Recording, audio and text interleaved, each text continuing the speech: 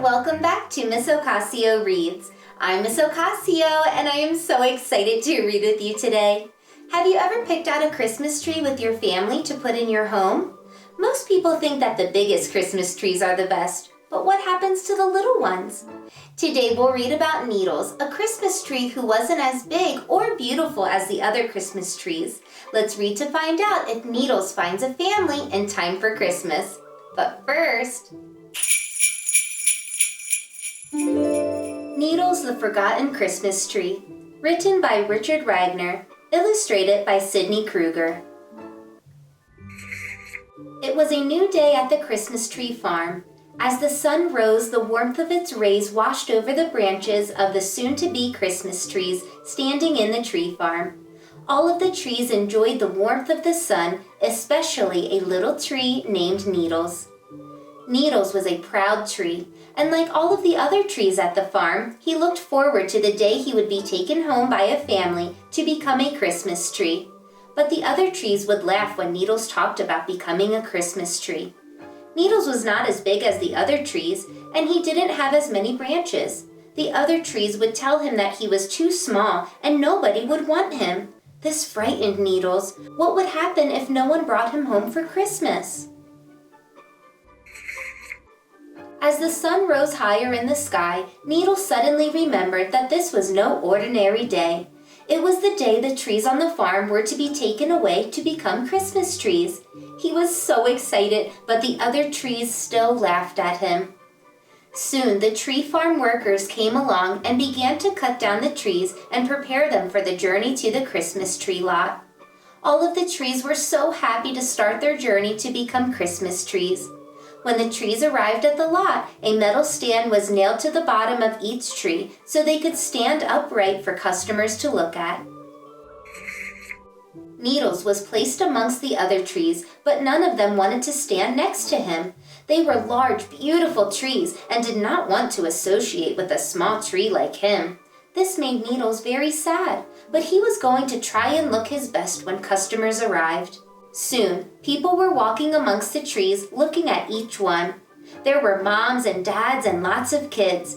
Needles stood straight with his branches strong and stiff, looking as proud as he could. Lots of families looked at him, but they all said he was too short or that he didn't have enough branches. The other trees were being bought and taken away, but not Needles. This went on for 10 days. At the end of the 10th day, Needles was the only tree left in the lot. Needles was scared. All of the other trees had homes for Christmas and were now beautiful Christmas trees. Needles stood in the lot, alone and forgotten. However, Needles kept telling himself that he would be somebody's Christmas tree, and he refused to give up hope. Then he heard the tree lot owner tell his worker that he owed a favor to a friend and was going to give him the last tree. Needles couldn't believe what he heard. He was going to get a home and become a Christmas tree. Christmas would be wonderful. The lot worker loaded Needles onto the truck and drove to the friend's house. He unloaded Needles and carried him to the front door and knocked. Nobody was home, so he left Needles with a note saying the tree was from their friend and then drove away. Needles was overjoyed. He couldn't wait for the family who lived there to come home and find him, their Christmas tree. When the family came home and saw Needles at the front door, they did not seem overly excited. Needles didn't understand. What was wrong? Did they think he was too small or too ugly? The mother read the note the worker had left. She told her family that the tree was given to them by their friend, the tree lot owner. The little girl then said, "But Mommy, we already have a Christmas tree." The front door was open and Needles could see a beautiful, tall, decorated Christmas tree standing inside. He was crushed. The father said he would set the new tree aside and see if he could find someone who needed a tree, although it wasn't very good looking. With that, he picked up Needles and took him to the side yard, set him down, and went back inside the house. Needles was all alone. His dream of being a beautiful Christmas tree for a family was becoming just that, only a dream. Would he be forgotten and dry up and turn brown, never to be decorated? Needles told himself, No, he would not be forgotten, and he would not give up hope. Over the next several days, friends of the family came by to look at Needles to see about taking him home to be their Christmas tree. Each time he tried to look tall and shiny, but each time the people said he was too short or did not have enough branches. Finally, people stopped coming by to look.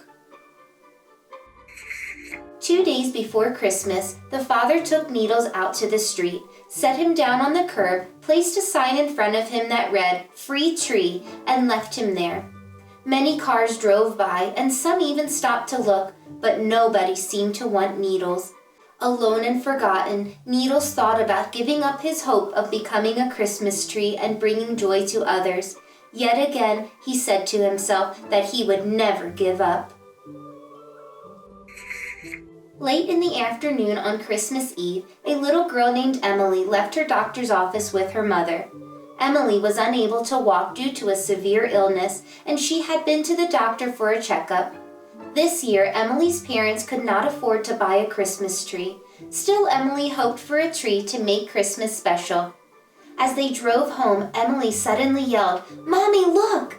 There, on the side of the road, stood a small Christmas tree with a sign reading, "Free Tree." Emily's mother pulled over, got out, and walked over to the tree. Needles saw the car pull over and watched a woman get out and walk up to him. With all the energy he had left, he stood strong and firm and tall. She looked him over and turned to the small girl in the car and said, "Emily, it's not much of a tree. Do you want it?" Emily exclaimed, "It's the most beautiful tree I've ever seen. Yes, please, let's take it home and decorate it." Needles was stunned. Really? Me? Home? Decorate? Emily's mother picked Needles up and gently tied him to the roof of the car. The drive home was short.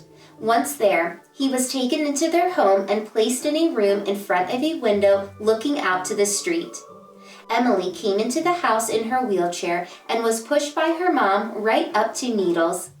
Emily said to her mom, "This tree is the perfect size. It's not too tall for me, and there aren't too many branches. I can reach almost everything. But what should we decorate it with?" Her mother told her to find all of the pretty items in her room that were most precious to her to share with the baby Jesus for Christmas and hang those on the tree.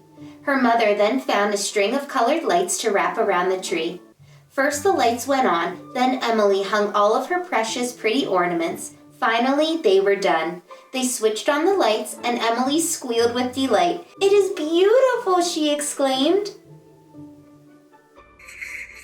Needles could hardly believe that he was now a real Christmas tree. There were lights and beautiful ornaments hanging on his branches. He realized that Emily had hung on him all of her most prized ornaments to share for Christmas. He was determined to be as tall and straight and shiny as he could be, for that was all that he had to give. Emily sat next to her mom and looked at Needles with a big smile. He looked back at her, looking tall and strong. In that moment, a little girl and a small tree had their hopes fulfilled. Each had brought to the other the happiness, delight, beauty, and warmth of sharing that they all had. And with that, they would share the glory of Christmas. A family out for an evening walk stopped in front of Emily's house. "What a beautiful tree they have this year," said the wife softly. They all looked at the Christmas tree in the window and smiled. Needles saw the joy on their faces, and he quietly said to himself, "I didn't give up." Dear Miss Ocasio and friends, I hope you enjoyed meeting Needles and hearing about his hope and determination in the face of adversity.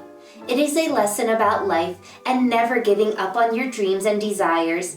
Needles and I wish you all the best and a very Merry Christmas. Your friend, Richard Wagoner. Well, I hope you enjoyed reading Needles, the Forgotten Christmas Tree. I wonder what kind of Christmas trees you might see this year. Ask your grown-up for help below to get your own copy to read along with me at home. See you next time. Thanks for for joining me today for Miss Ocasio Reads. If you like this video, give it a thumbs up. Share this video with your teachers and friends. Subscribe to read more stories with me. And visit Miss Ocasio Meets to get to know your favorite authors. Thanks for watching!